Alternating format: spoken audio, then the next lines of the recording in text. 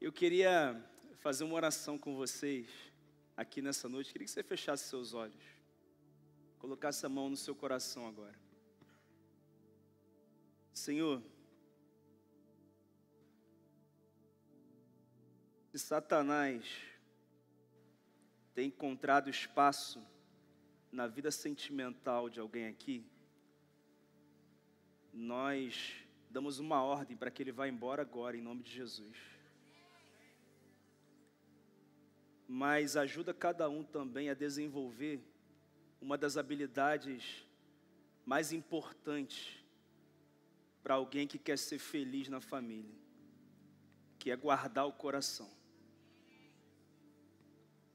Nós oramos para que o Senhor dê a cada um os critérios certos para essa escolha. E que eles sejam fiéis, comprometidos a esses critérios.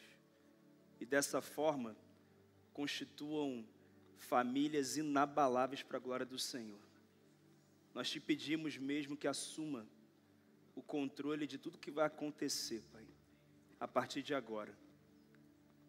E que o Senhor possa liberar mesmo uma estação, Pai, de casamentos abençoados, prósperos, saudáveis, que vão glorificar o Teu nome. Essa é a nossa oração, no nome de Jesus. Amém. O Whindersson também, sábado passado, foi aprovado lá no concílio, né? Dia inteiro lá, aquela sabatina, né? Tirou onda. Presença também, presença está aqui, ó. O povo aqui, ó. O povo nem gaguejou, irmão. O povo foi, ó. Tiraram onda, para a glória do Senhor Jesus. Bom, queridos, eu quero conversar sobre esse assunto tão importante com vocês aqui nessa noite. Deixa eu começar com as perguntas. Você já parou para pensar por que hoje parece que é mais fácil se divorciar do que casar? Se Deus disse que não é bom que o homem fique só, por que cada vez mais pessoas estão adiando o casamento? Ou estão resistindo ao casamento? Uma outra pergunta: você está mesmo esperando em Deus? Ou você está esperando condições perfeitas que não vão existir nunca? Uma outra pergunta importante: por que a geração que mais fala de amor é ao mesmo tempo a geração que mais adia o compromisso, que é uma prova de amor? Eu quero mostrar alguns dados para vocês aqui. O primeiro é que os casamentos diminuíram em 3% e os divórcios cresceram em quase 5%. 1 a cada 3 jovens hoje prefere coabitar do que casar, ou seja, prefere ir morar junto, porque assim não tem que assumir o compromisso de ser casado com alguém, aliançado de fato com alguém. Por quê? Porque se chegar uma hora cansar, ou achar alguém melhor, ou não fizer mais sentido, eu encerro, não é casamento, né? Então eu encerro. E às vezes, você aí, que é uma bênção de Deus, está entrando nessa furada aí, né? Que é essa história de que vamos fazer um test drive para ver como é que vai ser. Irmão, casamento tem que fazer test drive. A gente faz test drive naquilo que a gente tem dúvida, né? Por exemplo, você tem dúvida se vai comprar aquele carro, você pode fazer um test drive para conhecer o carro. Agora, casamento, a gente não tem dúvida. Se Deus disse que é bom, que é uma bênção, então casamento é uma bênção, irmão. E se eu for para o casamento, para um relacionamento, pensando que se não der certo, eu posso voltar atrás, na hora que a coisa apertar e uma hora a coisa aperta, eu vou voltar atrás. Quem é que está entendendo aqui, gente? Então tem test drive não, irmão. É uma direção do Senhor e você tem que ir para cima. Mas é só a introdução, né? Vamos lá.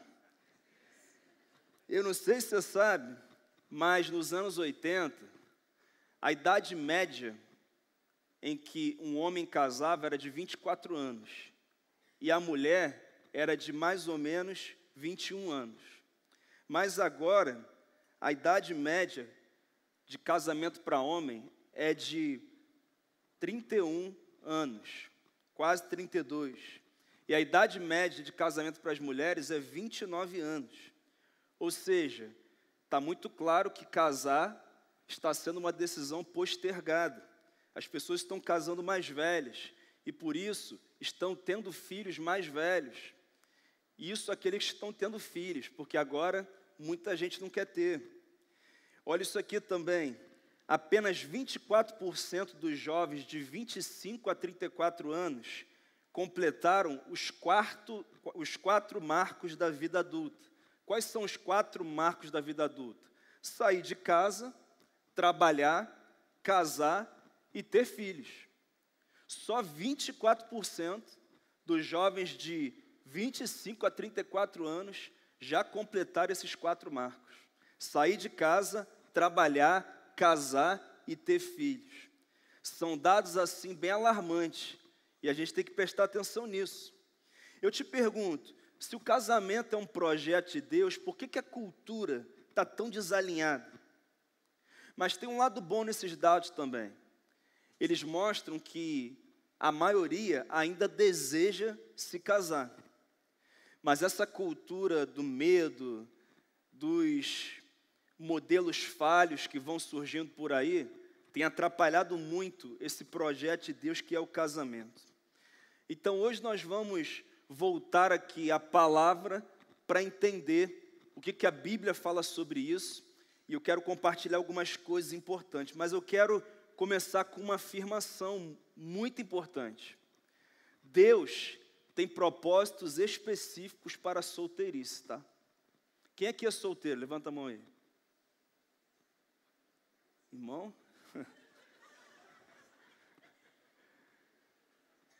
Já olhou para o lado aí? Deus usa o tempo da solteirice para cumprir propósitos específicos. Lá em 1 Coríntios 7, 32 em diante, Paulo diz assim: gostaria que vocês estivessem livres de preocupações. O homem que não é casado preocupa-se com as coisas do Senhor, em como agradar ao Senhor. Mas o homem casado preocupa-se com as coisas desse mundo, em como agradar a sua mulher, e está dividido. Tanto a mulher não casada como a virgem se preocupam com as coisas do Senhor, para serem santas no corpo e no espírito. A casada, porém, preocupa-se com coisas desse mundo, em como agradar ao marido. Então, só aqui nesse texto, você já vê claramente que existem propósitos específicos para a solteirice. Eu também preciso fazer uma diferenciação entre solidão e solteirice, que não são as mesmas coisas. O que é a solidão? É a ausência de relacionamentos significativos. Tem gente que é casada e é solitária, e não tem relacionamentos significativos. A solteirice não. A solteirice é um tempo de preparo e crescimento para o casamento.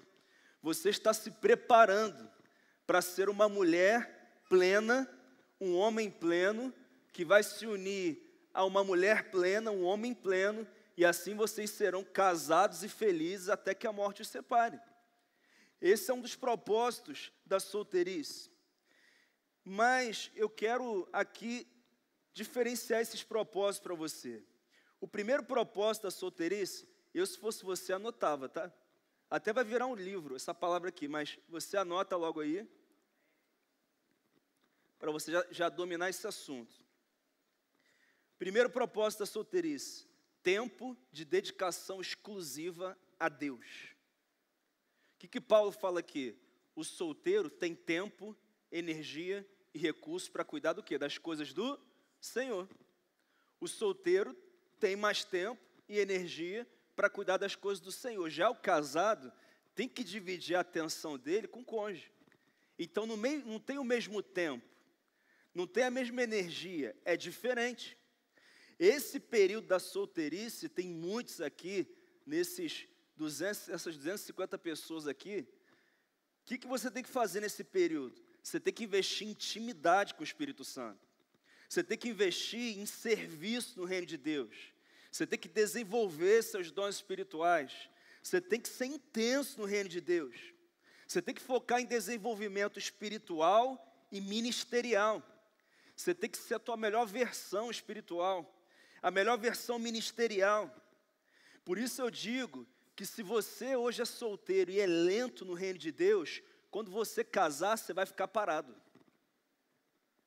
A verdade é essa. Ah, não, pastor, estou só esperando começar a namorar, porque aí, sabe, é aí que eu vou ser intenso, é aí que eu vou servir.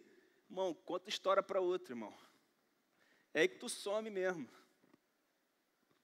É aí que o tempo não é mais o mesmo. A verdade é essa. Se você não serve intensamente solteiro, não vai ser casado que você vai servir. Então, você que está conhecendo alguém, querendo conhecer alguém, que veio com aquela conversa de que, não estou servindo muito na igreja não, mas quando eu tiver alguém comigo assim, é aí que eu vou servir, aqui, no latim, isso é conversa fiada. Tá bom? Está te enganando. É laço, chuta que é laço. Fica longe. É conversa fiada. Isso é tão importante, irmãos. Deixa eu falar uma coisa para vocês. Jesus era solteiro e serviu intensamente. O apóstolo Paulo, há uma grande possibilidade que ele também fosse solteiro. E pensa num homem que fez grandes coisas no reino de Deus e só focou no avanço do reino de Deus. O que eu quero dizer é que você não pode desperdiçar o teu tempo da solteirice só sonhando com casamento, sofrendo porque o casamento não aconteceu, sofrendo porque você já foi um monte de casamento e você é madrinha, mas nunca é noiva, né? Não é isso. Você tem que focar naquilo que você tem que focar, servindo a Deus, crescendo nos seus dons e talentos, amém? Segundo propósito da solteirice, é um tempo de crescimento pessoal. É um tempo para você desenvolver o teu caráter, para você amadurecer emocionalmente, para você desenvolver a tua vida financeira, profissional, nos seus relacionamentos, para que quando você chegar no momento do casamento, você já está numa outra estação na tua vida. Por que tem gente que namora muito tempo? Não é só porque engana, enrola, não. É porque começou a namorar num período que estava muito longe de ter condições de casar. É por isso que nós falamos que adolescente não tem que namorar. Porque você vai namorar com 15 anos, tu vai casar quando? Quando é que tu vai ter dinheiro para isso? Vai ficar namorando 10 anos, pastor, 10 anos, mas eu sou um santo homem de Deus, sabe? E nós vamos nos segurar. 10 anos tu vai se segurar? É sério mesmo? Tu acredita nisso mesmo? É sério? Então não invente história. Vai trabalhar, vai estudar, vai criar um aplicativo que vai dar tão certo, você vai vender por 50 milhões. Você está entendendo? Vai dar seu melhor. Adolescência é para isso. Solteirice é para isso. Lá em Provérbios 24, 27, Salomão diz assim: termine primeiro o seu trabalho a céu aberto e deixe pronta a sua lavoura. Depois disso, edifique a sua casa. O que ele está dizendo? Faz tudo que é importante para você estar preparado. Então você se casa. Então você edifica a tua casa. Não tenta colocar o carro na frente dos bois. Não tenta quebrar processos. Não tenta viver uma vida precoce. Não tente fazer isso. Há um terceiro, ou melhor, lá em Efésios também, 5, Paulo diz assim: tome cuidado com a maneira como vocês vivem, que seja como sábios e não como insensatos, aproveitando ao máximo cada oportunidade, ainda mais quando os dias são maus. O que Paulo está dizendo? Que tem oportunidade que se eu não aproveitar agora, lá na frente eu não vou ter. E aí você vai querer, lá na frente, conseguir algumas coisas na tua carreira, na tua vida financeira, no teu ministério, e você não vai conseguir, porque a oportunidade passou. Então, nesse tempo de solteirice, você tem que aproveitar, você tem que se dedicar ao máximo. E isso é fundamental. Mas há um terceiro propósito para a solteirice. É um tempo de definição de propósito de vida.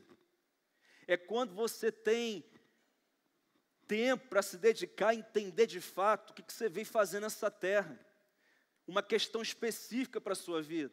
O propósito geral de todos nós é viver para o louvor da glória de Deus, mas há um propósito específico para cada um. E você precisa saber quem você é, você precisa saber qual é a tua vocação, o teu ministério, o teu chamado. Só que tem gente hoje entrando no casamento e não sabe nem quem é. E se não sabe quem é, como é que vai saber qual é o seu chamado, o seu propósito específico, a sua vocação?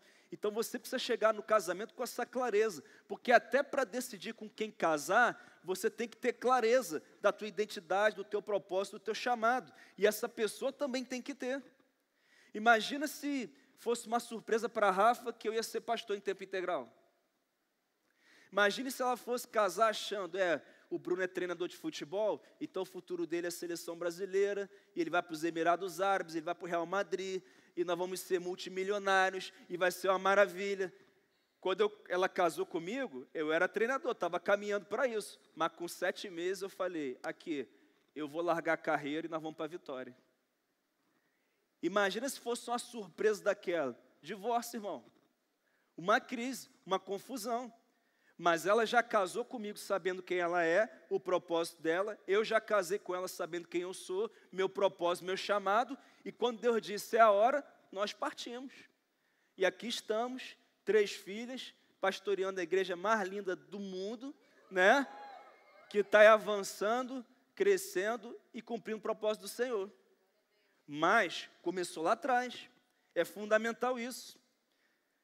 E o último propósito da solteirice, um chamado específico de Deus. Para alguns, o plano de Deus é permanecer solteiro. Pastor, tomara que não seja para mim, pastor. Estou fora, pastor. Isso é fogo estranho, pastor. Mas deixa eu falar uma coisa sobre isso. Qual é o nome disso, irmãos? Celibato.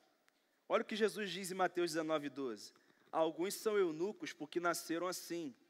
Outros foram feitos assim pelos homens. Outros ainda não se fizeram eunucos. Ainda se fizeram eunucos por causa do reino dos céus. Quem puder aceitar isso, aceite. Então Jesus está dizendo, olha, para alguns, o dom é o celibato. E você não vai ser alguém solitário, porque solidão é a ausência de relacionamentos significativos. Ok? É possível ser solteiro sem ser solitário. Você tem irmãos na fé, irmãos de sangue, família, amigos. Então nós temos que falar isso porque tem gente que tem esse dom mesmo. Tem esse chamado mesmo. O próprio apóstolo Paulo, em 1 Coríntios 7, disse assim, gostaria que todos os homens fossem como eu, mas cada um tem de Deus o seu próprio dom, um de uma maneira e outro de outra. Irmãos, o padrão normativo da criação é o casamento, mas o dom do celibato existe, cumpre o propósito de Deus. Tá bom? Então nós temos que entender isso com muita clareza. Deus supre aquela pessoa que é chamada para exercer o celibato. Tá bom? Tem alguém aqui querendo exercer? Ninguém levanta a mão nisso aí, né, pastor? Estou fora, pastor. Mas, queridos, o solteiro que desperdiça o tempo da solteirice, casa despreparado, sem plenitude, e acaba sofrendo no casamento. Muitos nem conseguem casar porque não estão preparados, mas o solteiro que aproveita esse tempo, entra pleno no casamento para somar, multiplicar e não para sugar. É por isso que eu declaro que aqui o Senhor está liberando uma visão de plenitude, para que você case pleno, curado nas suas emoções, vivendo uma espiritualidade sadia, verdadeira, poderosa. Afinal, quem não é um bom ímpar, jamais será um bom par. Ok? Então, para ser um bom par, você primeiro tem que ser um bom ímpar. Perfeito? Mas, em Gênesis 2,18, a palavra diz, não é bom que o homem esteja só. Farei para ele uma aliada, que lhe seja semelhante. Então, vamos então responder a pergunta que não quer calar. Por que os jovens não casam? Primeiro motivo, vida sexual ativa diminui a urgência da aliança. O que os dados mostram? Pesquisas nacionais e internacionais indicam que a iniciação sexual ocorre cada vez mais cedo. Cerca de 61% dos jovens entre 15 e 24 anos já tiveram relação sexual. E, infelizmente, no Brasil, alguns dados já apontam para a realidade que com 11 anos de idade, crianças já estão iniciando a vida sexual. É algo assustador, algo assustador. Em paralelo, cresce a prática do tal do ficar, ou desses relacionamentos informais. E qual o resultado disso? Muitos jovens satisfazem o desejo sexual sem passar pela aliança. E isso reduz o senso de urgência por casar. Por quê? Porque o sexo é maravilhoso, é bom demais, é um prazer abundante, extraordinário, mas é um prazer que Deus escolheu como um presente para o casamento heterossexual. Foi o que Deus determinou. E o que está acontecendo? Foi normalizado querer esse presente antes da hora. E como eu já tenho algo que eu só teria o direito de ter no casamento, e que me faria desejar casar ainda mais, mas agora eu já tenho, muitas pessoas estão deixando para depois. Tem gente que chega para mim e fala, pastor, está 10 anos comigo e não casa, não fala em casamento, fala que vai terminar a graduação, depois a pós, depois o mestrado, depois o doutorado, depois o pós-doutorado, vai mudar de casa, vai comprar carro e que vai casar. Eu pergunto, vocês têm vida sexual ativa? Tem. É claro que ele não vai casar. Você já dá a sobremesa para ele? Se ele já tem a sobremesa sem pagar a conta toda, não vai casar. Vai continuar enrolando. É simples. Experimente se chegar hoje aqui, acabou sexo, só quando casar. Daqui a uma semana ele marca a data contigo. Simples. Simples assim. Então, nós temos que falar sobre isso. Alguns estudos mostram que relações sexuais antes do casamento estão associadas à instabilidade conjugal e menor satisfação a longo prazo. Porque essa coisa de ter vários parceiros, várias parceiras, vai gerando uma coisa maldita chamada comparação. E muita gente hoje está sofrendo na vida sexual, no casamento, porque a comparação é muito forte com aquilo que já viveu. Isso vai destruindo muitos casamentos, pois a relação começa em base de prazer imediato, não de compromisso e aliança. A Bíblia já fala sobre isso, 1 Coríntios 6,18, fujam da imoralidade sexual. Todos os outros pecados que alguém comete, fora do corpo os comete, mas quem peca sexualmente, peca contra o seu próprio corpo. 1 Tessalonicenses 4, Paulo diz, esta é a vontade de Deus, a vossa santificação, que vos abstenham da imoralidade sexual, que cada um saiba controlar o seu próprio corpo de maneira santa e honrosa. Em Hebreus 13, o autor diz, digno de honra entre todos seja o matrimônio, conservado puro e o leito conjugal. Meus irmãos, o sexo fora da aliança anestesia a urgência do casamento, porque entrega o benefício sem o pacto. E é isso que acontece. Pureza bíblica não é moralismo não, irmãos, mas é uma formação de um caráter, de um amor responsável.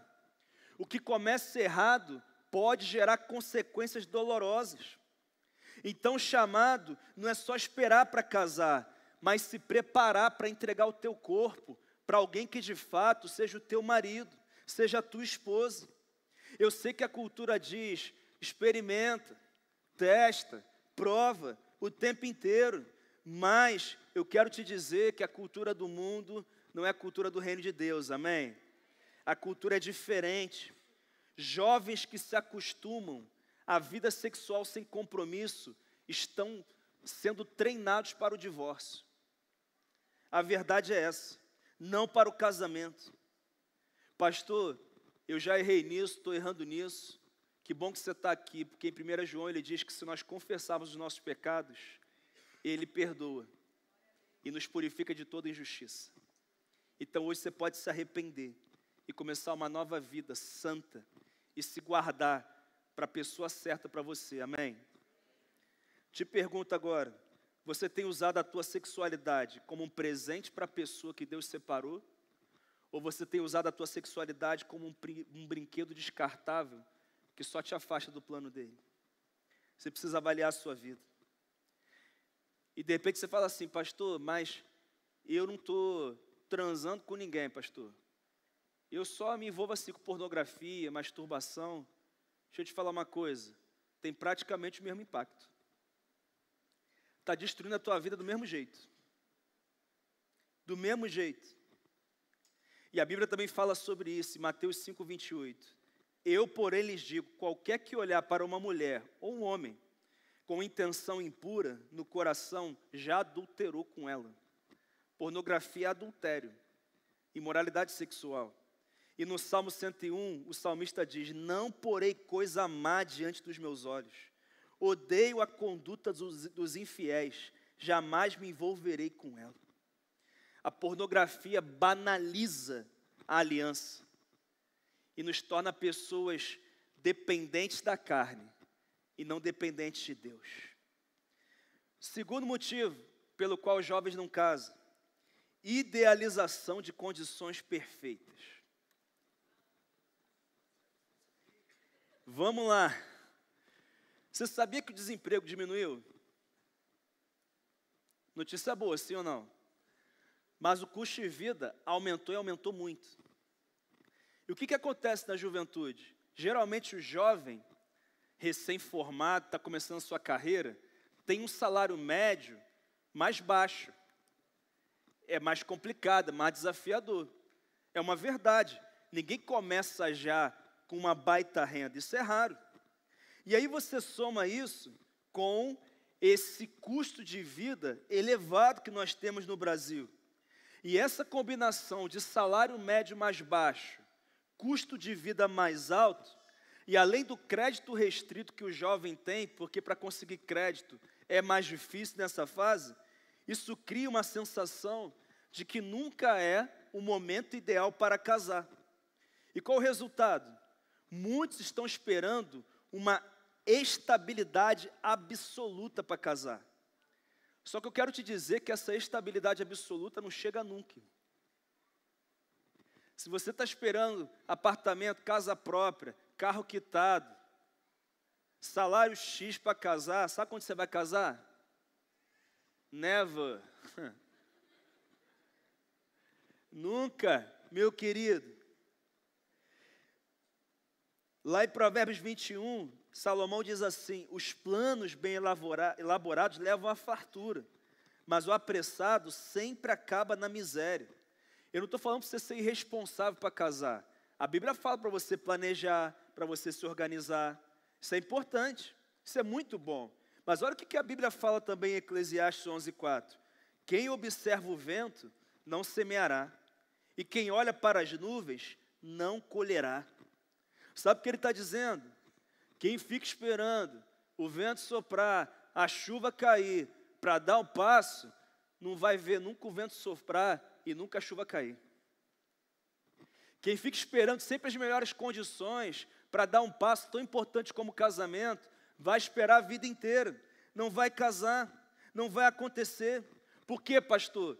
Casamento não é um ato matemático, é um ato de fé. Você pode repetir isso comigo? Casamento não é um ato matemático, é um ato de fé. Pergunta para o teu pai e para a tua mãe. A maioria dos nossos pais casaram sem nem ter cama para dormir, irmão. Tinha cama, mas não tinha colchão. Tinha colchão, mas não tinha cama. Casava sem geladeira. Tinha que comprar coisa para comer no dia, porque senão estragava. Morava ali no quarto de sala, irmão. Mas hoje, o jovem quer casar com casa própria, 3 quartos, 2 suítes, né? Irmão, geladeira, fogão, 6 bocas, 3 televisões em casa, sofá, irmão, daqueles, irmão, louça top de linha, carro zero, quitado na garagem, ganhando 30 mil por mês, né? Sendo presidente da empresa dele. Sabe quando você vai casar, irmão? Never. Nunca. Não vai acontecer.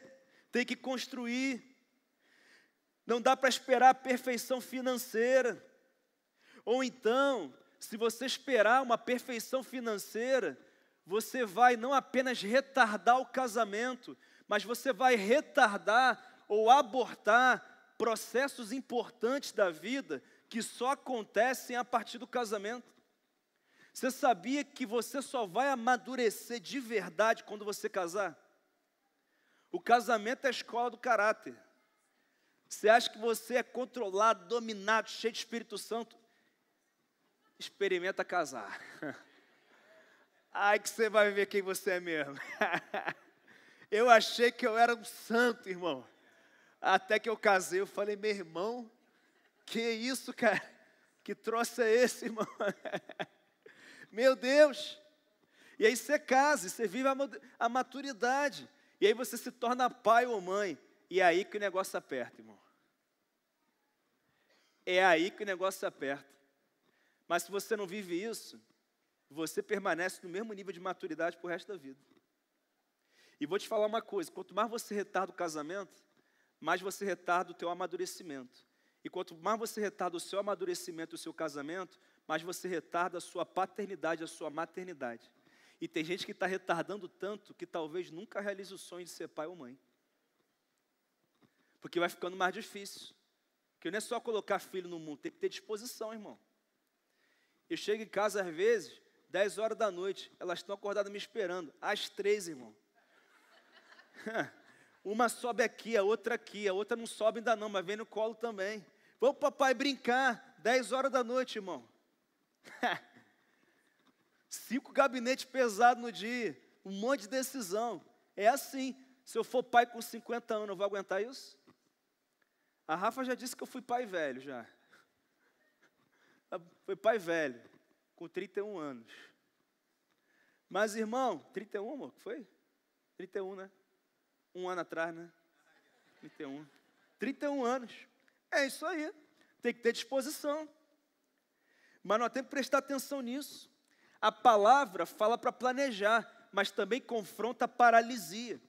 Quem espera condições perfeitas, nunca planta. E se não planta, não colhe. Então, se organize sim. Se planeje sim. Você tem que ter um orçamento, você tem que ter um fundo de emergência sim. Você tem que ter um plano de carreira. Você tem que buscar casar sem dívidas. E quando eu falo sem dívidas, não estou falando que você não pode casar ainda pagando carro, ainda pagando apartamento, se você tiver comprado apartamento. Eu estou falando de dívidas que são dívidas que você contraiu por desorganização. É interessante que você case sem essas dívidas, senão já dificulta. Mas, se você esperar o salário X, a casa própria e a festa perfeita, Jesus vai voltar e o único casamento que você vai participar é das bodas do Cordeiro. Tá bom? A verdade é essa. E que bom que vai participar desse, né? Vai todo mundo aqui participar, né? Desse aí, né? Amém? Amém. Você tem certeza, né? Amém, amém. Glória a Deus. Quem foi que disse que tem que ter casa própria para casar? Quem foi que disse isso? Ah, porque meu pai diz isso. Está errado, teu pai. É bom se tiver? Ótimo. Mas não é uma obrigação. Então tem que ter clareza. Tem que ter clareza. Organização financeira é sabedoria. Perfeccionismo é paralisia. Você tem que entender se você é organizado ou você é perfeccionista. Você está sendo sábio ou você está vivendo paralisado. A Bíblia diz que quando nós colocamos o reino em primeiro lugar, o que acontece? As demais coisas são acrescentadas. Então você que está aí namorando já há um tempinho e está postergando, posso falar uma coisa? Marca a data aí, meu irmão. Tem um negócio sobrenatural quando você marca a data do casamento. Irmão. Os céus começam a se abrir, irmão. É assim que acontece, sim ou não? Aí, ó, tá chegando a hora, né? Marca a data. Eu marquei a data. Quando eu marquei a data, as coisas começaram a acontecer, irmão. Promoção no trabalho, um monte de coisa. Pintou apartamento no preço que podia pagar, e não sei o que, chance aqui, oportunidade ali. Irmão, e as pessoas se juntam, o pai dá uma coisa, a mãe dá outra, o avô dá outra, o amigo dá outra. Irmão, até hoje, nós vamos trocar a louça agora, eu acho, né? Mas nós temos 8 anos de casado, até hoje a gente usa a louça que ganhou no casamento. Olha isso. Só não tem a xícara que eu quebrei na primeira semana, irmão. R$60 a xícara, 60, amor? Na época, né?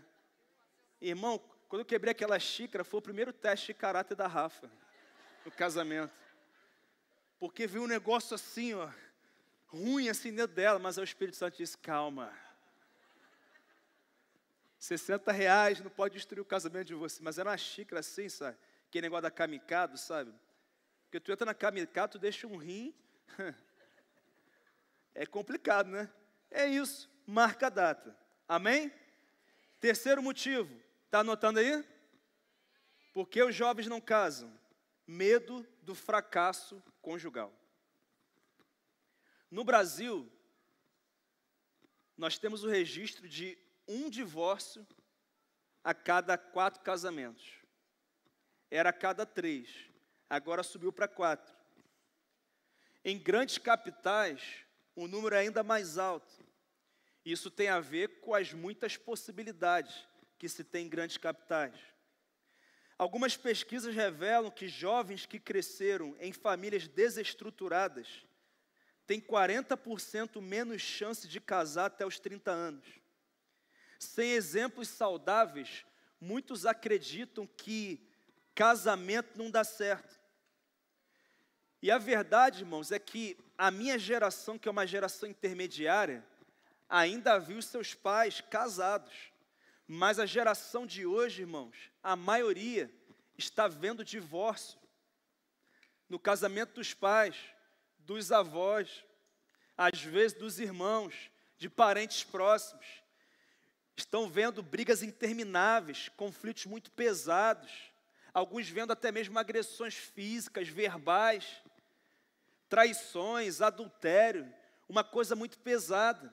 E inconscientemente estão assumindo uma mentalidade de que casamento é problema, de que casamento não dá certo. Então estão com medo de casar, estão postergando o casamento. Outros até casaram, mas estão desistindo do casamento. Mas eu quero te dizer que uma coisa é o que as estatísticas dizem, outra coisa é aquilo que a palavra diz. E a palavra diz que em Cristo nós somos novas criaturas. As coisas velhas já passaram, eis que tudo se fez novo. A palavra diz que quando nós estamos em Cristo e nós tomamos uma posição, nós podemos colocar um fim em toda a descendência que foi maldita no casamento e começar uma nova descendência que será abençoada no casamento. Então, se você viu traições, adultérios, dores, divórcio, coisas pesadas, eu sei que isso machuca e pode traumatizar, mas hoje Jesus está aqui nesse lugar dizendo, ei, eu estou te curando desse trauma, eu estou mudando a sua mentalidade, porque a partir de você, eu vou começar uma descendência abençoada, próspera, com casamentos saudáveis, benditos, os seus filhos serão benditos, os filhos dos seus filhos serão benditos, e essa terra vai ser bendita, porque você tomou uma posição. Amém? Só depende de você, porque em Cristo tudo pode mudar. Não importa o que aconteceu, você pode seguir em frente. Você não precisa fugir da aliança, achando que você está se protegendo de decepções, de traumas, de dores. Não. Você também não pode ficar se entregando para relacionamentos passageiros, instáveis, porque aí você alivia uma necessidade fisiológica, uma necessidade de carência, e depois você termina, e você está com um, e você está com outro, e você vai vivendo assim, porque você não quer se comprometer, para que você não tenha que sofrer a dor da separação. Mas, querido, a Bíblia diz que no amor não há medo, antes o perfeito amor lança fora todo medo, e que todo medo vai embora em nome de Jesus, e que você acredite que você pode sim ser feliz no casamento, e muito feliz, muito feliz. O medo e o amor são forças opostas. Quem casa pelo medo de ficar sozinho, ou não se casa pelo medo de fracassar, está deixando o medo governar as suas escolhas. Quem é que está governando as suas escolhas? Deus não criou o casamento para nos destruir, mas para nos edificar. E o casamento tem essa função. Melhor é serem dois do que um, porque a recompensa do trabalho de dois é maior. Porque tem mais gente para ajudar, para segurar a barra, para esquentar, para fortalecer, para consolar. É isso. Deus sabe disso. E também sabe que nós aprendemos por referência. Pastor, na minha família não tem referência, mas na tua igreja tem. Referência de casais saudáveis, líderes saudáveis, famílias saudáveis. Olhe para essas referências, se espelhe nelas, em nome de Jesus. Casamento não é repetição automática da história dos pais, mas é oportunidade de escrever uma nova história em Cristo. Amém, meus irmãos? Então, se você tem medo de casar, você tem que avaliar de onde que vem esse medo. E quando você encontrar de onde vem esse medo, você vai tratar suas feridas no Senhor, e nessa noite aqui vai ser uma noite de cura em nome de Jesus. Você vai sair daqui pleno, habilitado, aperfeiçoado, para ser muito feliz no seu casamento, em nome de Jesus. Quarto motivo. Já posso terminar? Vamos continuar? Por que os jovens não casam? Prolongamento da juventude. O que os psicólogos chamam de adultescência. Está aí, ó. Adultescência. O que é isso?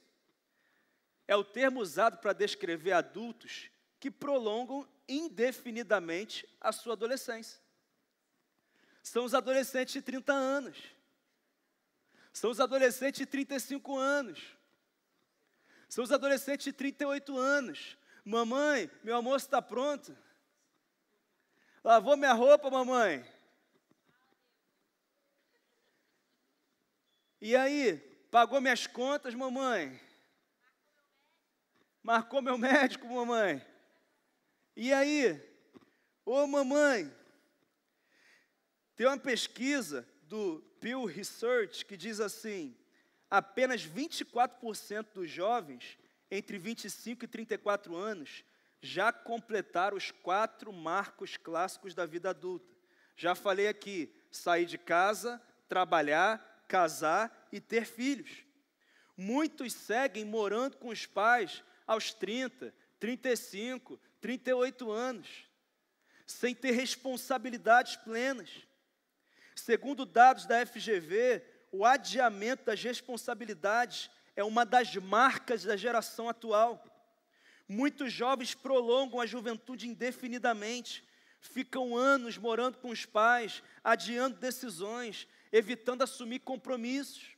É uma verdade. E isso é um pecado. Como assim, pastor? Por quê? Porque é um pecado de omissão. O que é um pecado de omissão? Tiago diz, aquele que sabe que deve fazer o bem, ou seja, o que é certo, e não faz, comete o quê? Pecado. Se eu sei que já estava na hora de eu mudar de fase, e eu estou enrolando, e eu estou de preguiça, e eu estou de conversa fiada, e estou retardando o que Deus tem para fazer na minha vida, eu estou transgredindo o processo que o Senhor tem para mim. É um erro. É um erro. O adiamento é pecado disfarçado de prudência. Olha o que diz a Bíblia sobre isso em 1 Coríntios 13. Quando eu era menino, falava como menino, pensava como menino e raciocinava como menino. Quando me tornei homem, deixei para trás as coisas de menino. Você já fez isso? Você já assumiu responsabilidade? Deus chama cada geração a amadurecer e não a prolongar a sua adolescência ou a sua infância. Eu sei que a cultura celebra a imaturidade como liberdade, mas a palavra mostra que maturidade é assumir responsabilidade. Isso é maturidade. Quem foge de crescer, foge da aliança. Sair da casa dos pais não significa apenas morar em outro lugar, irmãos. Mas é você aprender a se sustentar, é você aprender a assumir os erros, é você aprender a arcar com as consequências. Eu tenho conhecido que casou e 2 meses depois ele estava assistindo televisão com a esposa. E aí, de repente, bum, cai a energia. Apaga tudo, e fica desesperado, não sei o que aconteceu, e vai na tomada, e vai no disjuntor, e vai não sei aonde, o que está acontecendo? Desesperado, sabe o que ele fez? Ligou para o pai. Ô pai, caiu luz aqui, energia, não sei o que fazer, o que eu faço aqui? Aí o pai perguntou, vem cá, tu pagou a conta de energia, cara? Paguei não, mas tem que pagar. Ah, é, né? Tem que pagar. Deixa eu falar uma coisa. Tu só aprende a ser homem se você decidir ser homem.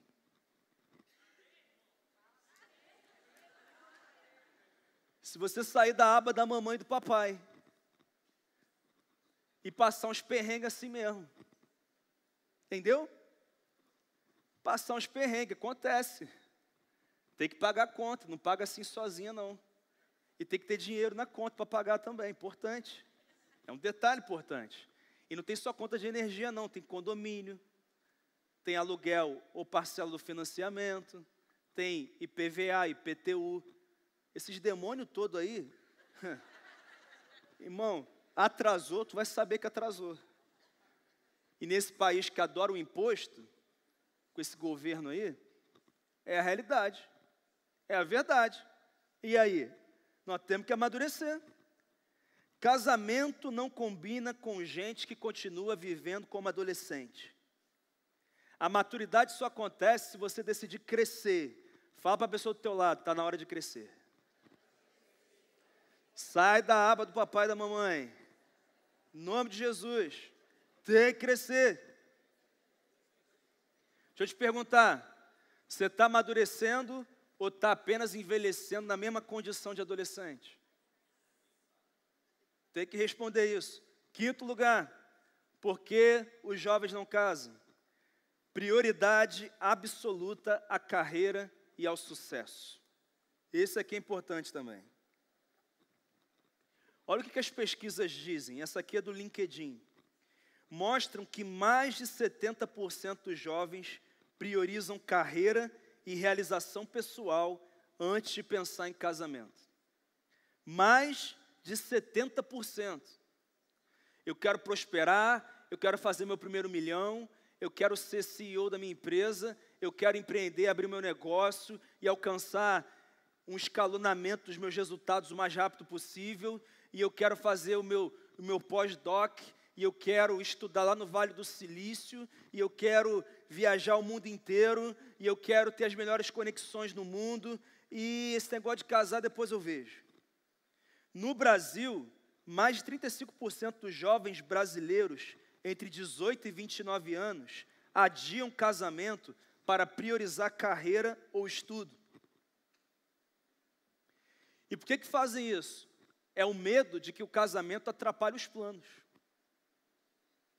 O casamento vai atrapalhar meus planos, então eu não vou perder o meu foco. Eu vou chegar no meu primeiro milhão. Cheguei no meu primeiro milhão, agora eu quero fazer 10. Eu fiz 10, eu quero fazer 50. Eu fiz 50, eu quero fazer 100.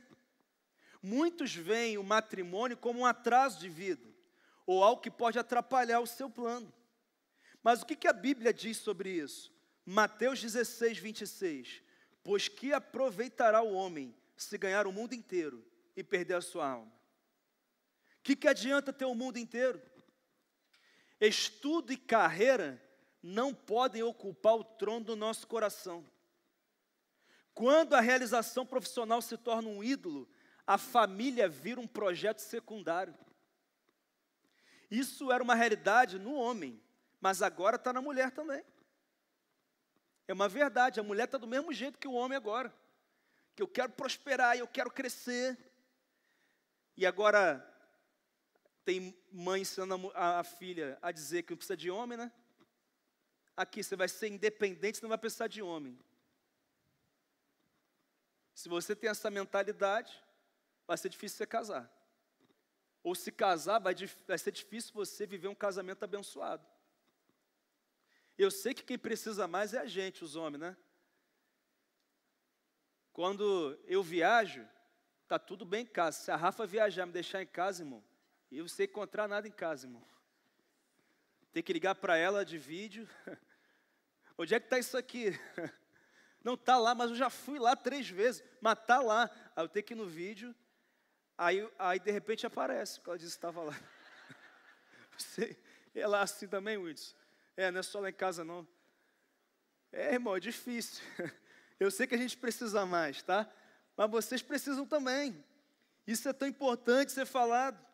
O trabalho é uma bênção de Deus, mas nunca substitui a aliança. O sucesso profissional sem você constituir família é uma conquista vazia. Irmão, tem uns fanfarrões aí, né? Os pegadores, né? São os caras, e não sei o quê, com 20 anos, com 30 anos, com 40 anos. Com 45 ele já vê que um monte casou e o fanfarrão está aí sozinho, né? Com 50, com 60, irmão, tem ninguém para cuidar dele. E assim vai passando, né? Ele vai percebendo que a fanfarronice dele foi um laço que Satanás encontrou para levá-lo a uma depressão profunda na fase de velhice dele. Que é um cara vazio. É um cara vazio, vai ficando pelo caminho. A mulher também, que só quer prosperar, produzir, enriquecer e chegar, e o tempo vai passando. E você é tão completa que o homem não consegue nem chegar perto de você. Você é inatingível, inalcançável. Porque você sabe tudo, você faz tudo, você não precisa de ninguém. Você é maravilhosa. Você é o último biscoito do pacote. O cara não consegue chegar nem perto. Porque ele fala uma coisa e você menospreza ele. Ele nunca é o suficiente para você. Não tem nenhum homem que chega no teu padrão, no teu patamar. Vou chegar nesse ponto ainda aí. Estou até antecipando aqui. Mas isso é muito sério. São valores que vão sendo invertidos. O que atrapalha não é casar cedo, mas é viver sem a prioridade correta. Planeje carreira e casamento como projetos complementares e não projetos concorrentes. É uma mentira esse negócio de que eu vou casar e eu não vou conseguir mais trabalhar e prosperar. Pelo contrário, irmão. Estava lá fazendo meu mestrado, daqui a pouco bate na porta e chega, comidinha quentinho ali no meu mestrado online ali. Quem fez a comidinha, irmão? A esposa, olha que delícia. Olha que maravilha, irmão. Chega cansado algum dia, assim, de repente vem ela, te dá um abraço, já cheirosa, né? Irmão, o estresse vai embora rapidinho, irmão. É uma benção. Já está ali. Você chegou ali de um dia de trabalho cansada, você mulher. Ele chegou mais cedo aquele dia, você já fica pensando a louça e a casa, mas ele chegou mais cedo, sabe o que ele fez? Lavou a louça, jogou o lixo fora. Eita, aleluia, aí ó. Ó que benção, irmão. Eu sei que nós homens achamos que quando nós lavarmos a louça, jogarmos o lixo fora, as mulheres vão chegar e vão dizer, meu Deus, que marido eu tenho. Não vai acontecer isso não, tá? Só estou assim te ajudando a não se frustrar. Tá bom? É assim, é uma bênção, é uma maravilha. Preste atenção numa coisa, não é preciso esperar chegar no topo para começar uma família. Muitas conquistas são alcançadas melhor a dois. É uma verdade, é uma grande verdade. Deixa eu te fazer uma pergunta. A tua carreira está servindo ao reino ou se tornou um ídolo que adia a vontade de Deus para a tua vida? Eu sei que você está construindo um currículo, mas você está construindo também uma vida? Uma família, de fato?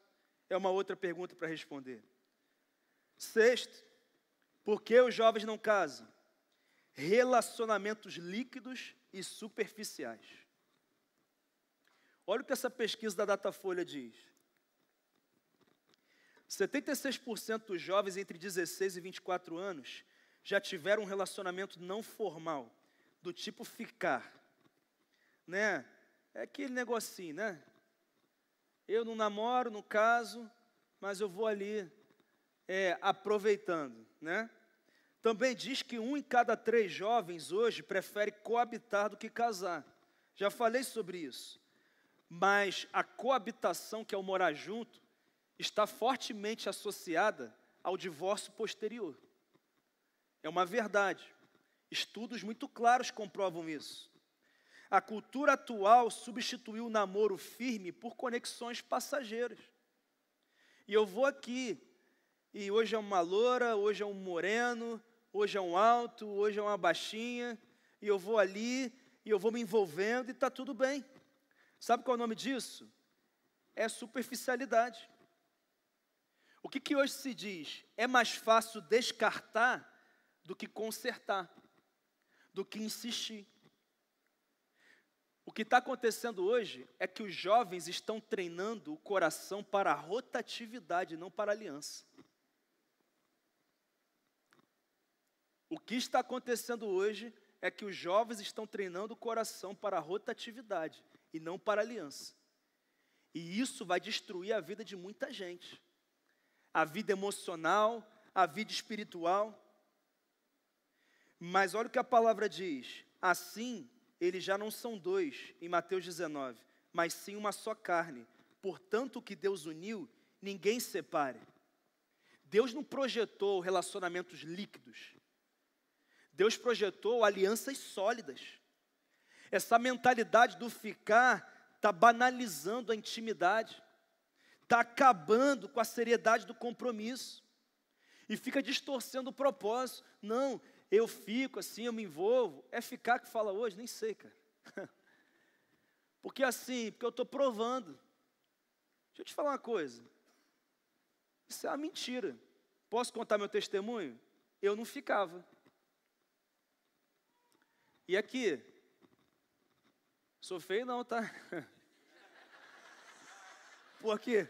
Porque aqueles assim, desprovidos aí de... Eu até entendo, tá? Eu até entendo. Aqui, sempre cuidei do corpo. Estudei na Universidade Federal, em que era uma pegação só, chopada toda sexta-feira lá no Rio, na UFRJ.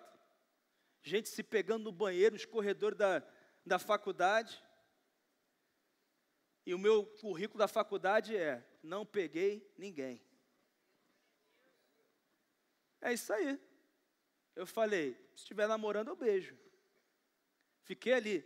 Eu fiquei 2 anos, irmão. Irmão, pensa na seca, irmão. Tenso, tenso. Namorei também e tal, mas fiquei 2 anos assim. 0, irmão, 0 a 0.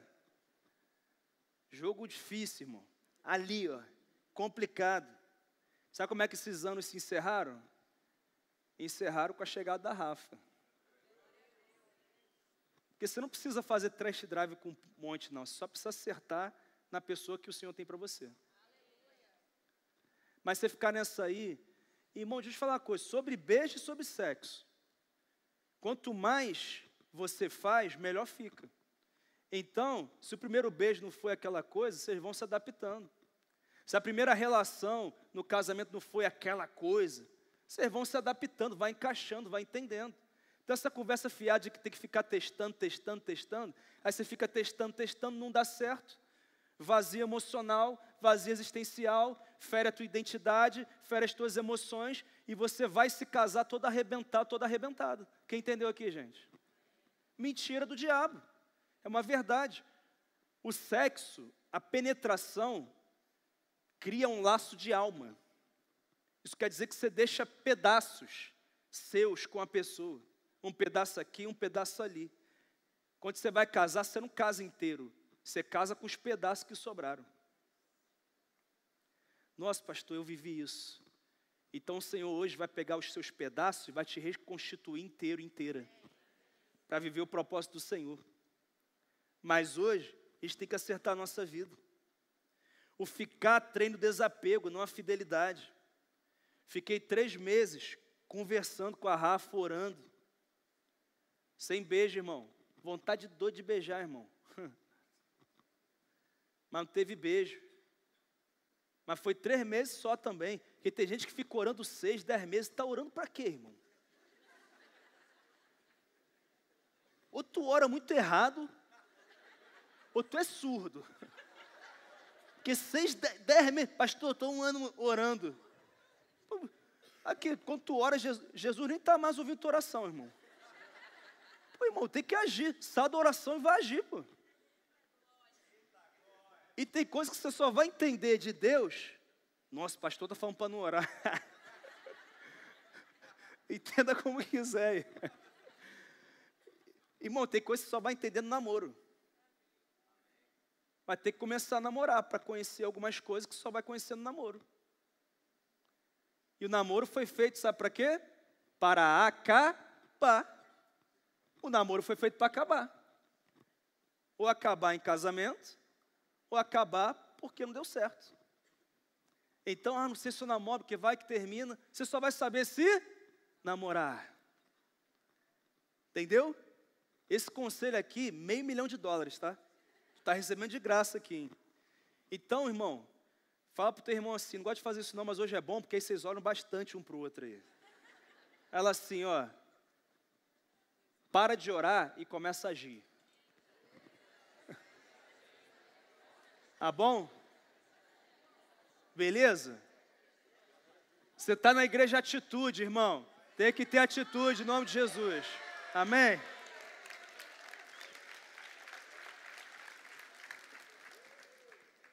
Deus não chama para experimentar pessoas, mas para investir em alguém no pacto da aliança. Rejeite a cultura do descartável. Relacionamento não é consumo, mas é entrega. Se você já se acostumou com esse negócio de ficar, peça o Espírito Santo para renovar a tua mente hoje. Em nome de Jesus, amor requer profundidade. Profundidade e não superficialidade. Mas sétimo, esse aqui é bom. E por que os jovens não casam?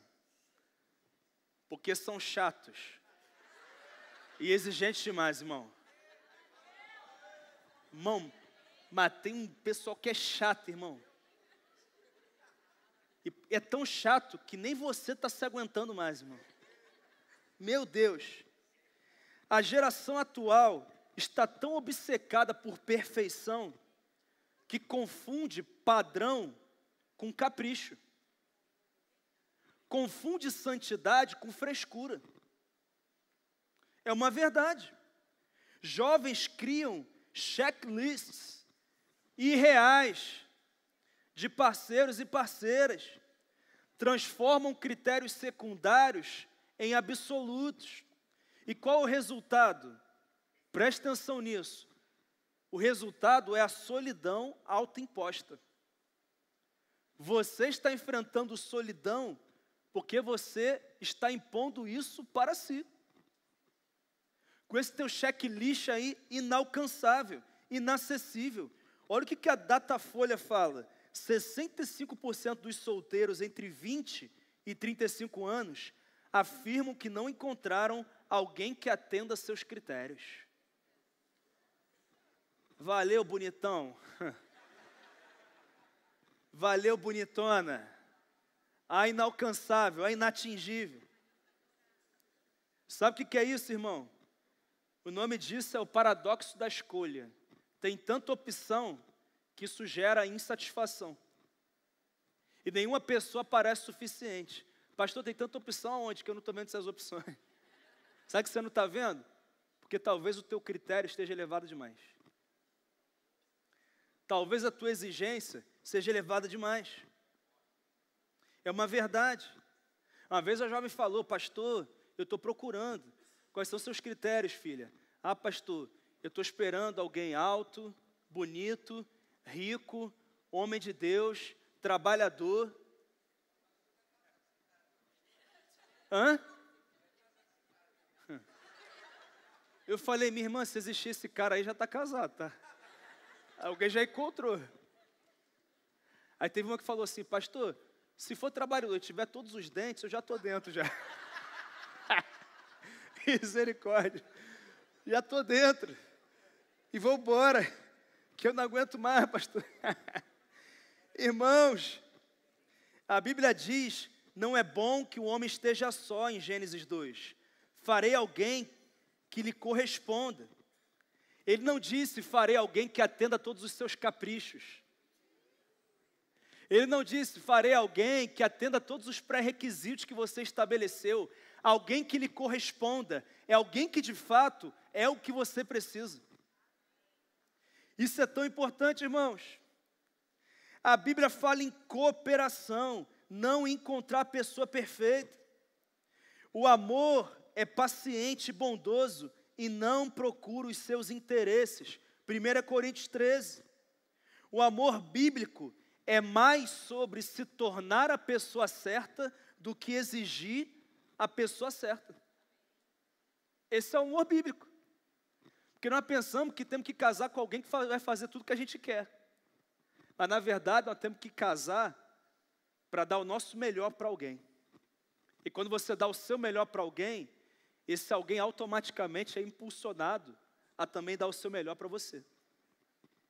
Isso é casamento. Isso é casamento. Eu queria te encorajar hoje a trocar a tua lista de exigências por uma lista de orações. Em que você vai pedir para Deus: Senhor, me dá os critérios, eu vou orar por esses critérios aqui. Você tem que aprender a discernir o que é essencial e o que é acessório. O que é prioritário e o que é secundário. Posso te ajudar na lista aqui? Caráter e fé são inegociáveis. Pelo amor de Deus, não vem perguntar para mim, ou para o Whindersson, ou para o Rafael: olha, pastor, sabe, eu encontrei um menino assim, que ele é bonito, trabalhador, de família, gente boa, ele só não é crente, o que você acha? Por favor, não faz essa pergunta não. Porque a gente tem que desenvolver o elemento do fruto do Espírito chamado domínio próprio para te responder essa pergunta. Porque a Bíblia é clara: não vos associeis a um jugo desigual. Não tem como. A fé determina o nosso princípio, o nosso fundamento de crenças, valores, princípios de vida. Não tem como divergir nisso. Ah não, pastor, mas ele não me incomoda hoje não, quando eu vou para a igreja, ele vai para a praia. Quando eu vou para o Biuan, e ele vai beber com os amigos. Ele não me incomoda não incomoda hoje, experimenta casar. Tá bom? Experimenta casar. E aí vai chegar uma hora que vocês vão querer ter filhos. E ele, que veio de família católica, ele quer batizar o filho aonde? Porque a bisavó dele, a avó dele, a mãe dele, você vai batizar nosso netinho aonde? E você quer batizar na igreja evangélica. Pensa no inferno que vai ser a tua vida. Ah, pastor, mas eu conheço fulano de tal, que casou com alguém que não era crente, e assim, 20 anos depois, ele se converteu. E aí, que benção, irmão. Mas fala dos primeiros 20 anos, como é que foram. Então, irmãos, nós temos que ter atenção nisso. Então, caráter e fé são inegociáveis. Não case com alguém que não tem caráter, que mente, que engana. Se você vê essa pessoa mentindo para outra pessoa, daqui a pouco está mentindo para você. Gente que manipula, gente preguiçosa. Outro dia eu perguntei para a pessoa: que hora você acorda? 8h30 da manhã. Irmão, quem é que acorda 8h30 da manhã? Tu acorda? 8h30. Não, pastor, que as coisas estão acontecendo na minha vida. Irmão, 8h30 da manhã, 8h30 da manhã, já fiz tempo a sós com Deus, já malhei, já levei as meninas para a escola, já tomei café com a esposa, já estou na igreja, irmão. 8h30. E o cara 8h30, ai, nossa, a noite foi difícil. Aí pega o Nescau dele, e Nescau já veio com açúcar, ele já joga açúcar. Aí o miserável já está com a barriga, com 25 anos está com barriga já. Aí 10 horas vai para a academia. Irmão, pelo amor de Deus, olha para a vida dele agora, hein? Olha para a vida dela agora. Ah não, casar melhora. Melhora não. Piora, que tu vai ter que lidar com isso todo dia. É assim. Então, gente preguiçosa. Entendeu? Agora, hobbies, aparência e status não são prioritários. Tá bom? Agora, também assim, eu sei que beleza não põe mesa. Eu sei que beleza não põe mesa. Mas comer sentado no chão também, né, irmão? Aí também é complicado, né? E deixa eu falar uma coisa sobre beleza. Não existe gente feia, existe gente o quê? Mal arrumada, preguiçosa. É isso aí. Minha irmã, você quer casar? Aqui. Se arruma direitinho, bota maquiagem, um sorrisão no rosto. Entendeu? Quando você for postar as fotos, sabe como é que... Sabe um dos critérios que eu usei para escolher a Rafa? Porque eu olhava a rede social dela, eu nunca vi uma foto dela de biquíni. Aquela foto assim, de biquíni, aí embaixo tá, mas busque em primeiro lugar o reino de Deus. É a sua justiça. E todas as coisas vos serão acrescentadas. Posso ouvir um amém? Aí vem só os homens botando amém, né? Amém! Amém! O teu filho está pronto, pai. É isso aí, irmão. Você quer um homem de Deus? Então para de mostrar o teu corpo para quem não é homem de Deus. Começa aí. Começa aí. Teu corpo é do teu marido e é da tua esposa. Primeiro é do Senhor. Quando casar, é do marido e da esposa. Eu olhava lá, fiz uma pesquisa na rede social dela. Nunca tinha visto. Coisa linda. Sensual, decote, não sei o quê. Vai para a igreja com roupa decotada, costas de fora, não sei o quê. Você não vai encontrar um homem de Deus assim não, irmão. Irmã, né? Vai não. E o homem também, aqui, para com essas camisas PP que tu fica usando, para mostrar o tribo PP. O tórax rasgando, irmão. Quase rasgando a camisa. Para com esse negócio, coisa feia, tem vergonha não, pô. Troço feio, cara. Para com isso, pô. Essas fotos na academia assim, esse negócio. Oh, pelo amor de Deus, irmão. Misericórdia. Quando chegar alguém lá procurando as meninas, com 18 anos, quando elas puderem namorar, vou fazer também a pesquisa, irmão. Se eu ver essas fotos e falar que ou tu exclui, tu não entra mais aqui em casa. Tu vira homem, pô. Coisa ridícula. Irmãos, isso é muito sério. Você quer um segredo aqui que eu vou revelar? Seja o que você procura. Quem quer alguém maduro, fiel, bem aparentado e generoso, precisa cultivar isso em si primeiro. Não tem como ser diferente. Você tem que aceitar imperfeições. O casamento não é uma união de dois seres prontos, mas de dois seres em formação, que se moldam juntos em Cristo. Isso é casamento. Eu tinha uma lista, né? A Rafa não atendeu um dos meus pré-requisitos. Qual, pastor? Eu sou criado, nasci na igreja, criado na igreja, nunca me afastei. Para dizer que eu nunca me afastei, um dia eu fui no show da virada, irmão. Lembra do show da virada? Fui lá, irmão, pecado assim, muito sério. Fui lá. Mas eu falei assim, eu quero uma mulher que tenha vivido o mesmo que eu. Né, tenha crescido na igreja, viveu na igreja e tudo mais. Eu quero, era um critério que eu tinha. E eu ficava lá, não tem esse? Não serve. Não tem esse? Não serve. Não tem isso? Não serve. Rafa, quando eu conheci, tinha se batizado há 3 anos. Aí, no meu primeiro encontro com ela, eu chamei ela para dar uma caminhada na praia do Recreio. Meu primeiro encontro com ela, caminhamos na praia. Aí eu comecei a conhecer. Paguei água de coco, né? Porque se ele divide a conta no primeiro encontro, chuta que é laço, hein? Já aviso logo, tá? Já é um sinal muito sério, muito grave. Irmão, tu vai tomar água de coco, mas tu paga a conta. Tá bom? Tem uns que também estão dando mole, né? Ah, primeiro encontro. Vou levá-la no Aleixo. No Soeta. Irmão, se no primeiro encontro está levando no Aleixo, que é um restaurante alto padrão da Praia do Canto, quando você for pedir em casamento, vai ter que pedir debaixo da Torre Eiffel, irmão. Vai ter que ser, irmão. Padrão alto. Irmão, Começa no padrão tranquilo, tá? Devagar ali.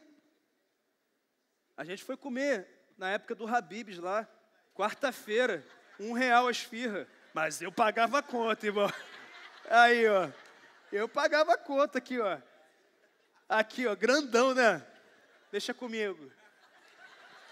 Deixa comigo. É isso aí, irmão. É assim. Mas tu quer tirar onda? Não, vou levar no Soeta. Sabe o que é Soeta? Baltazar.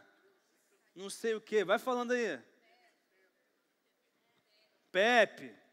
Irmão, restaurante que a gente vai uma vez no ano. Ainda vai assim. Preocupado, né?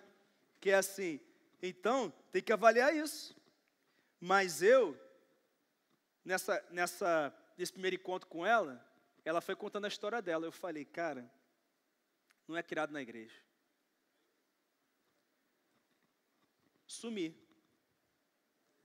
Aí apareceu, naquele mesmo período, uma outra menina interessada, criada na igreja. Aí eu falei, cara, eu acho que é essa. Aí fui. Vou contar um pecado aqui. Não é pecado, né?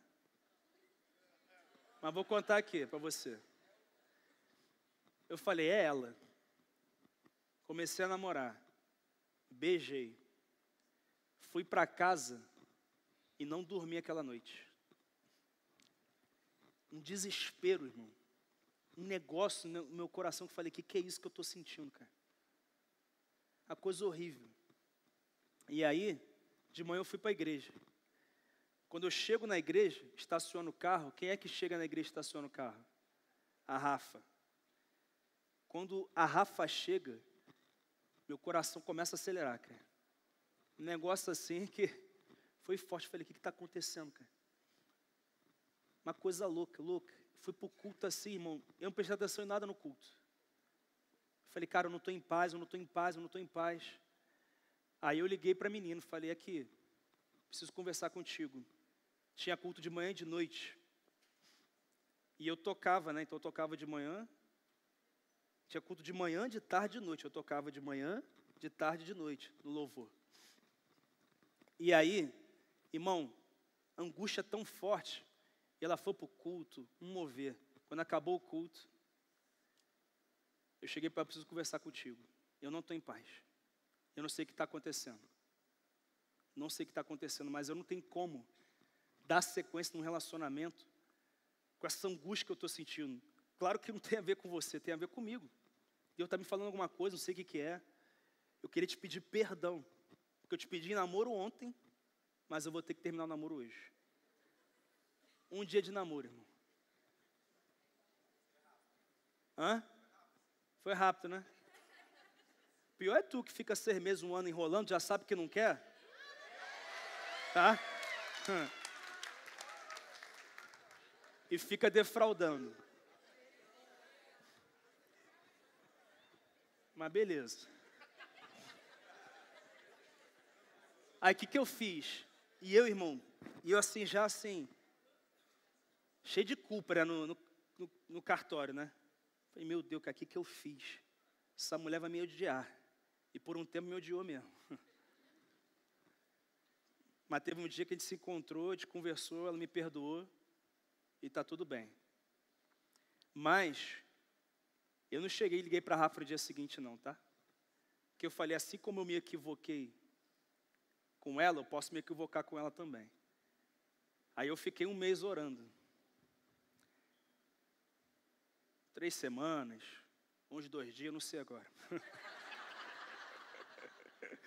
Aí eu mandei mensagem para ela, vem cá, vamos bater um papo?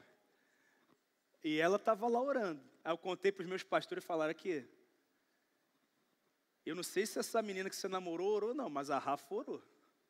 Porque o Espírito Santo te incomodou, hein? Incomodou mesmo de um jeito.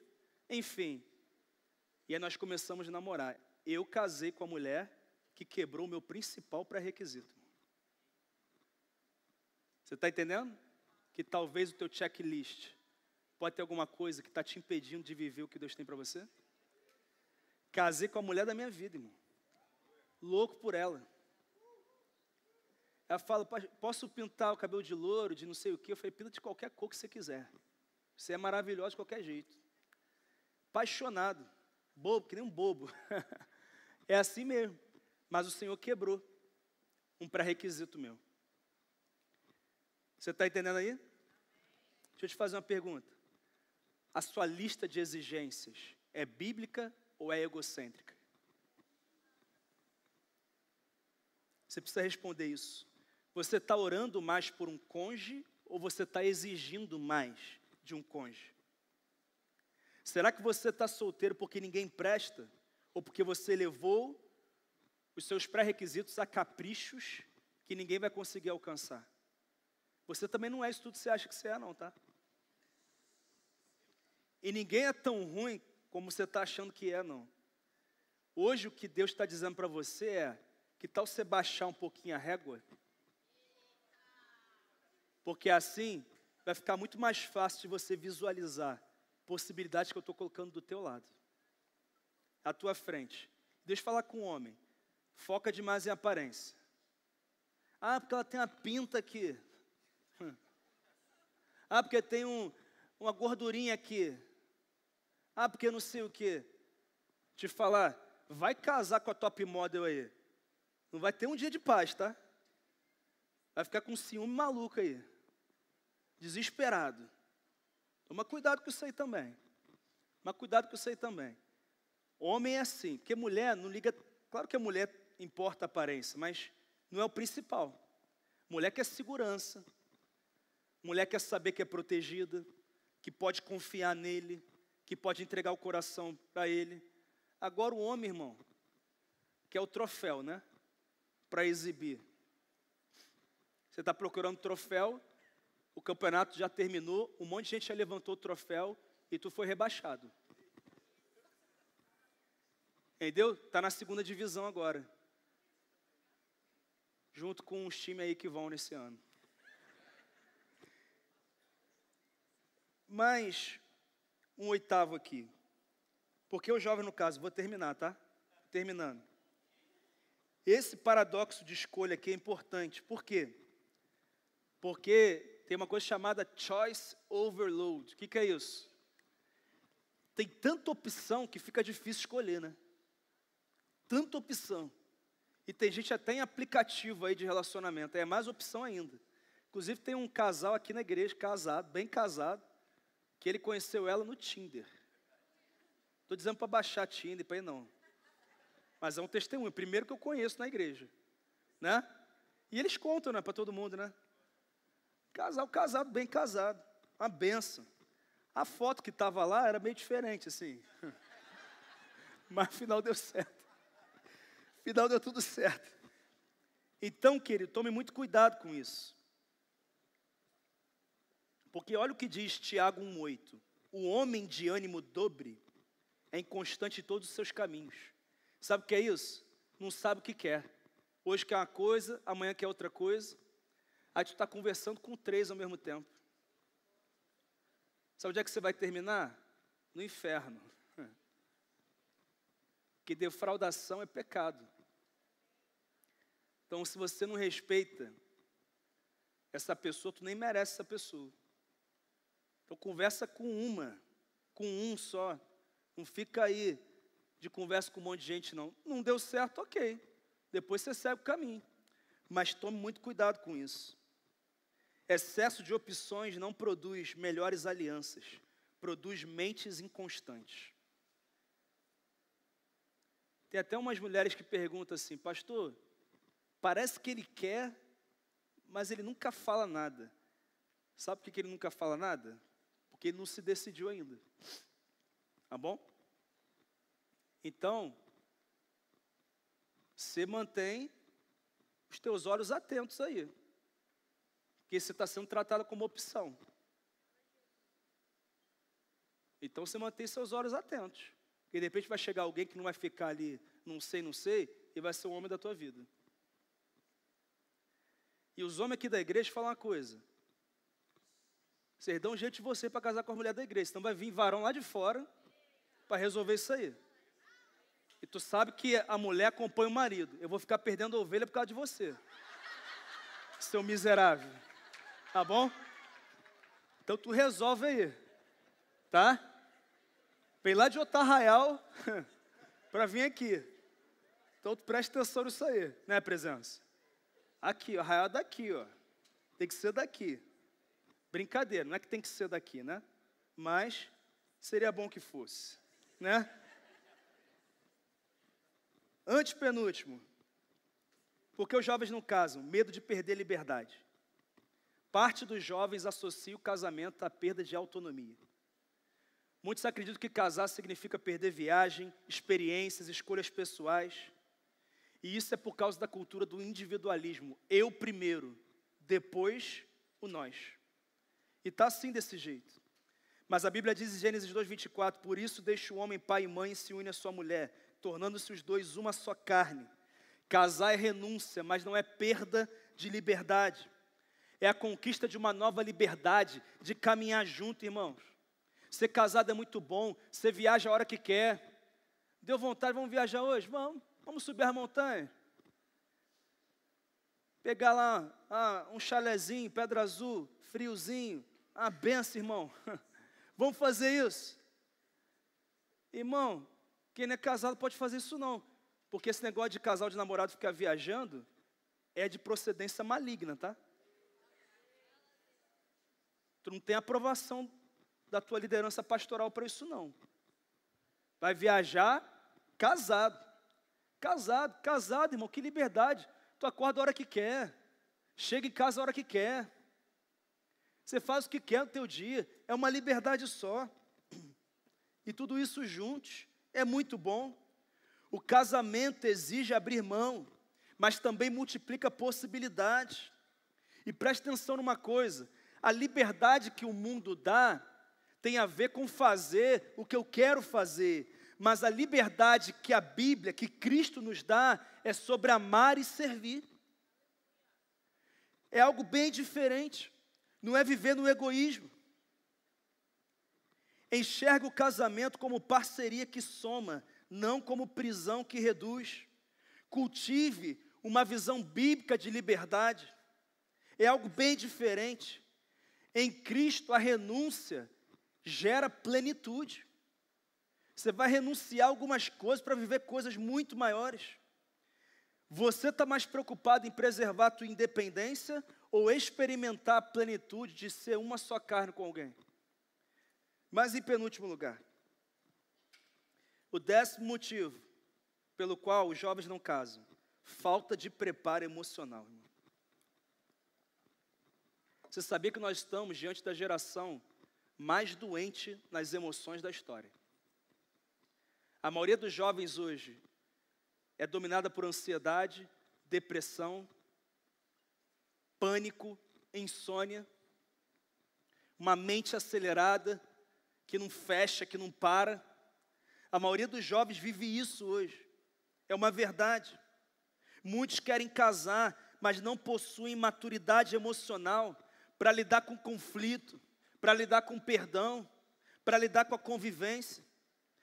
E por isso evitam casar por medo de não dar conta. Deixa eu te falar uma coisa. Você precisa ser saudável emocionalmente para casar. Não, o que falta é alguém do meu lado para eu ter estabilidade. Não, você tem que ter estabilidade sozinha. Você tem que ter estabilidade sozinho. Porque esse negócio de que eu vou encontrar minha metade que me completa, isso não é de Deus não. Você foi criada inteira. Você é inteiro.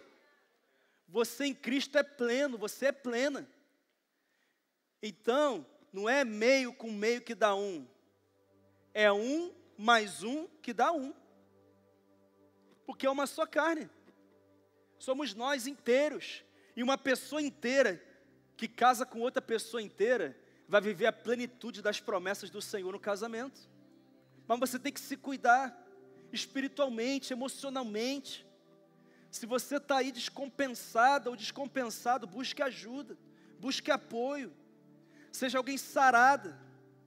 Quando nós somos sarados, nós estamos dizendo, o Senhor pode confiar alguém sarado para casar comigo, porque eu sou sarado, eu não vou estragar, eu não vou destruir a vida de um filho teu, de uma filha tua, porque eu me cuidei, eu me preparei, eu me aperfeiçoei, então agora eu posso casar. Deixa eu te falar uma coisa, tem coisa que não acontece na nossa vida porque falta maturidade. Maturidade. Nós precisamos de maturidade emocional. O fruto do Espírito é amor, alegria, paz, paciência, amabilidade, bondade, fidelidade, mansidão, domínio próprio. Você está fazendo curso de inteligência emocional para ter saúde emocional, mas eu quero te dizer que o Espírito Santo gera em você saúde, equilíbrio.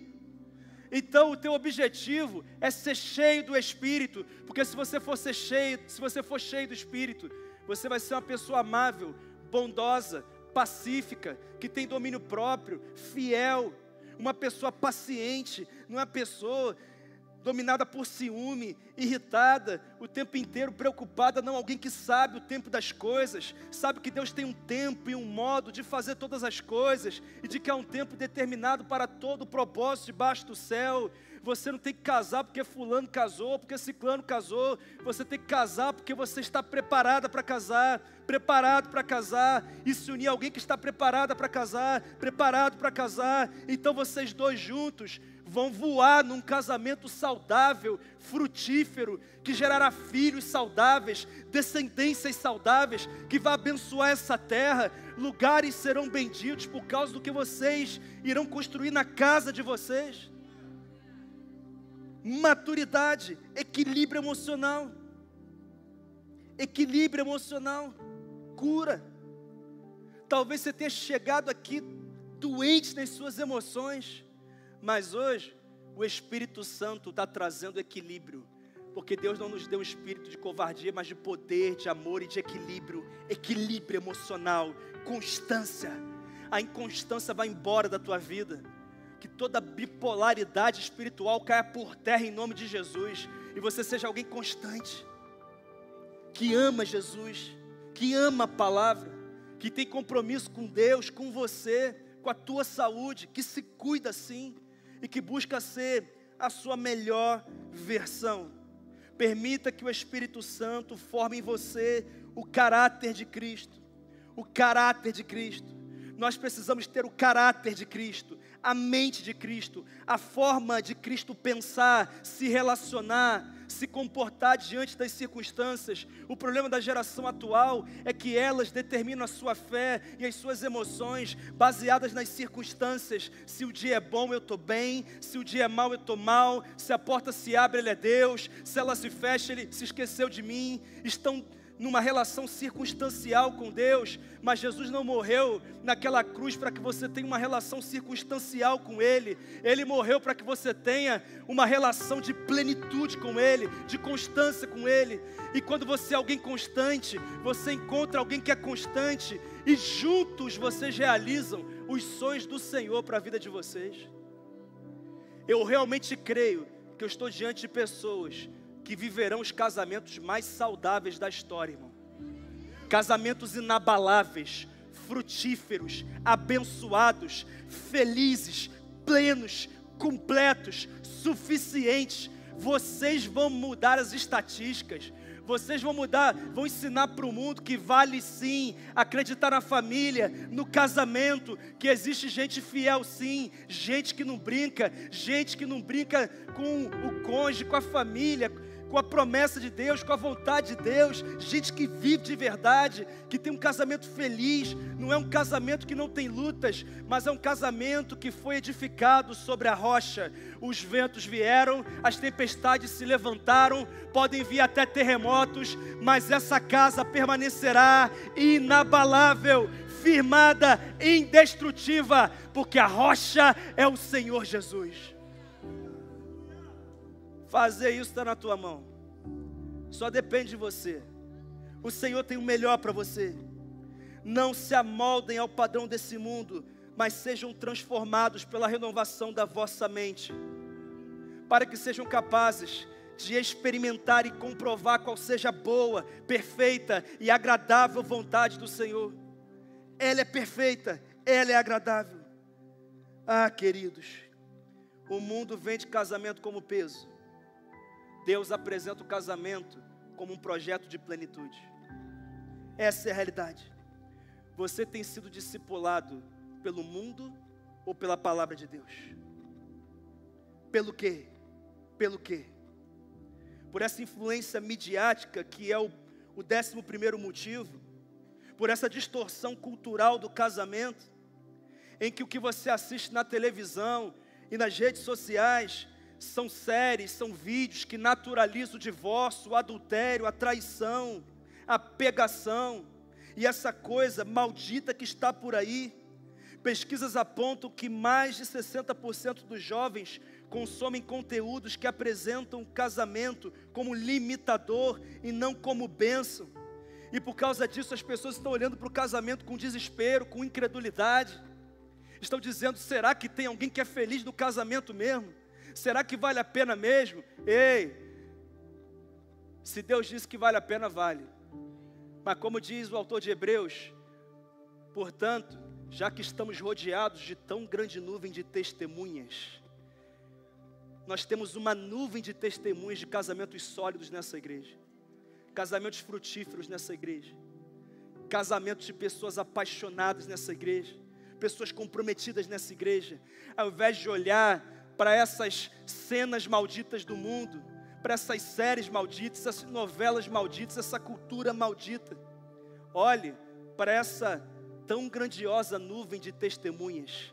Então, livremo-nos de tudo que nos atrapalhe, do pecado que nos envolve, e corramos com perseverança a corrida que nos foi proposta, tendo os olhos fitos em Jesus, autor e consumador da nossa fé. Essa é a vontade do Senhor para a minha vida, essa é a vontade do Senhor para a tua vida.